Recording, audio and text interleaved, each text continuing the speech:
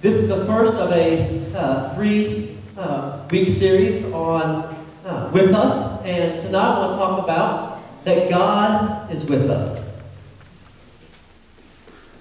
I want to start with a story. I like stories. When I started preaching, I thought, what sermons really stand out to me? And I realized I couldn't remember very many sermons.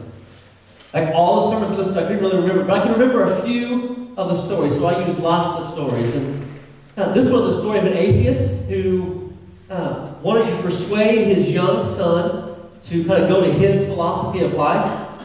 And he was actually kind of concerned because his young son was getting interested in Christianity. So he had a really nice plaque made, and he put it up on the wall so that his son would see it every day. The plaque said, "God is nowhere. God is nowhere." And every day when his son would go through the house, he would see this plaque, and this atheist father hoped that his son would follow in his footsteps.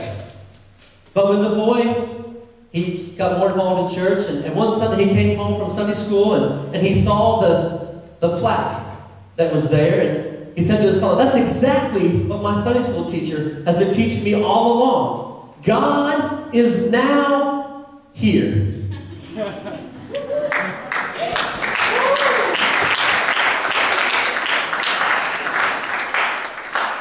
God is now here. That's what we're going to talk about tonight. Then the fact that God is with us.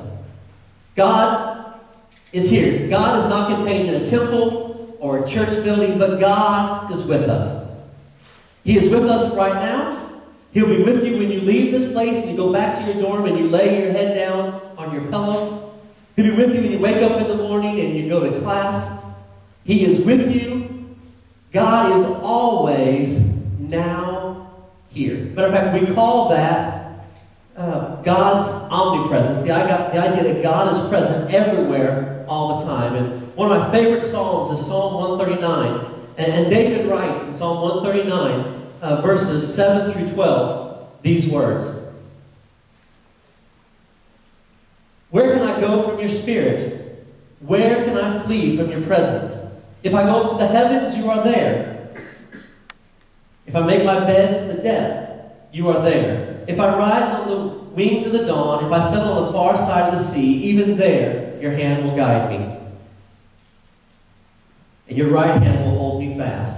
If I say, surely the darkness will hide me, and the light will come night around me, even the darkness will not be dark to you. The night will shine like day, for darkness is as light to you." And David says, where can I go from your spirit? And his answer is, there is nowhere that I can go, because God is present everywhere all the time. And God is with us. But in fact, that is the most frequent promise in the Bible. We get it 365 times, one for every day, that God is with us. There's only one thing that God says more than the fact that He is with us. In fact, it's what angels say almost every time when they have an encounter with human beings. Someone said it. Do not be afraid.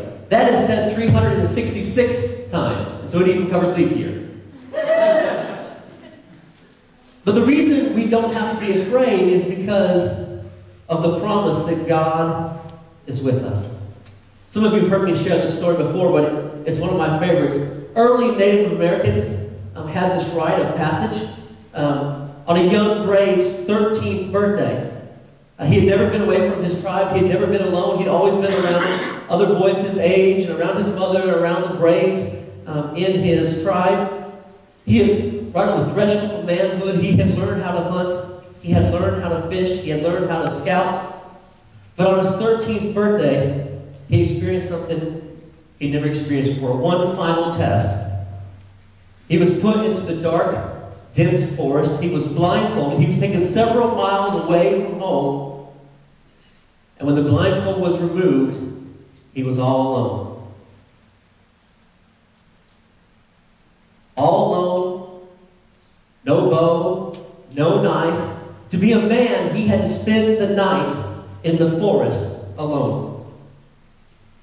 After what seemed like an eternity, finally the dawn would break, and as the first rays of sunlight made their way through the dense forest, he looked around, and to his utter astonishment, he would see down the path an outline of a man standing there holding a bow and an arrow.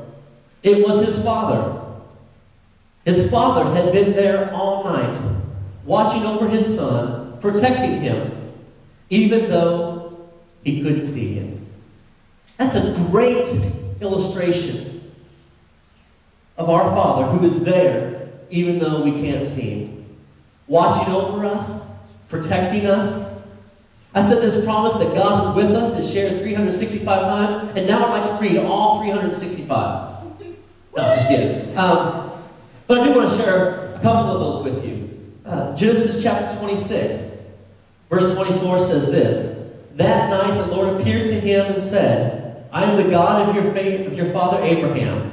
Do not be afraid, for I am with you.